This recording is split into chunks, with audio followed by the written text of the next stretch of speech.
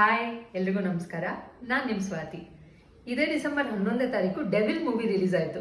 ಎಲ್ರಿಗೂ ಗೊತ್ತು ಅದ್ಭುತವಾಗಿ ಓಡ್ತಿದೆ ಅಂತ. ನಾನಂತೂ ಫಸ್ಟ್ ಡೇ ಮಿಸ್ ಮಾಡದೆ ಹೋಗಿ ನೋಡಿದೆ. ಯಾಕೆಂದ್ರೆ ನಾನು ಡಿ ಬಾಸ್ ಫ್ಯಾನ್. ನಾನಂತೂ ತುಂಬಾನೇ ಎಕ್ಸೈಟೆಡ್ ಆಗಿದ್ದೆ ಡೆವಿಲ್ ಮೂವಿ ನೋಡೋಕ್ಕೆ. ಡೆವಿಲ್ ಮೂವಿಯಲ್ಲಿ ನನಗೆಲ್ಲಾನು ಇಷ್ಟ ಆಯಿತು. ಬಿಗಿನಿಂಗ್ ಆಫ್ ದ ಮೂವಿಯಿಂದ ಎಂಡಿಂಗ್ ಕ್ಲೈಮ್ಯಾಕ್ಸ್ವರೆಗೂ ನೆಕ್ಸ್ಟ್ ಏನು ಅನ್ನೋ ಕ್ಯೂರಿಯಾಸಿಟಿನೇ ಇತ್ತು. ಎಂಡಿಂಗ್ ಅಂತೂ ಅಲ್ಟಿಮೇಟ್ ಆಗಿತ್ತು. ಯಾರು ಡೆವಿಲ್ ಅನ್ನೋದೇ ಒಂದು ಕನ್ಫ್ಯೂಷನ್ ಅಲ್ಲೇ ಇದಾಗೋಯ್ತು.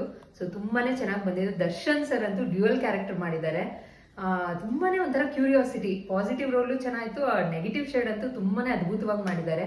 ಅವ್ರ ರಿಯಾಕ್ಷನ್ಸು, ಎಕ್ಸ್ಪ್ರೆಷನ್ಸು, ಅವ್ರ ವಾಕಿಂಗ್ ಸ್ಟೈಲು ಅದೆಲ್ಲ ತುಂಬಾನೇ ಚೆನ್ನಾಗಿ ಕ್ಯಾರಿ ಮಾಡಿದ್ದಾರೆ. ಹಾಡುಗಳ ಬಗ್ಗೆ ಅಂತೂ ಹೇಳೋದೇ ಬೇಡ. ರಿಲೀಸ್ ಮುಂಚೆನೆ ಎಲ್ಲ ಹಾಡು ಹಿಟ್ಟಾಗ್ಬಿಡ್ತು. ಅದರಲ್ಲೂ ನನ್ನ ಫೇವ್ರೆಟ್ ಸಾಂಗ್ ಅಂತೂ ಹಲೋ ಹೋಮೋರ, ಆಮೇಲೆ ಇದ್ರೆ ನೆಮ್ಮದಿಯಾಗಿರ್ಬೇಕು. 2 ಸಾಂಗ್ಸು ಚೆನ್ನಾಗಿದೆ. ಅಜನೀಶ್ ಲೋಕನಾಥ್ ಅವ್ರ ಮ್ಯೂಸಿಕ್ಕು, ಆಮೇಲೆ ಡೈರೆಕ್ಷನ್ ಬಗ್ಗೆ ಹೇಳಲೇಬೇಕು. ಪ್ರಕಾಶ್ ಸರ್ ಅಂತೂ ಎಂತೆಂಥ ಹಿಟ್ ಮೂವೀಸ್ ಕೊಟ್ಟಿದ್ದಾರೆ.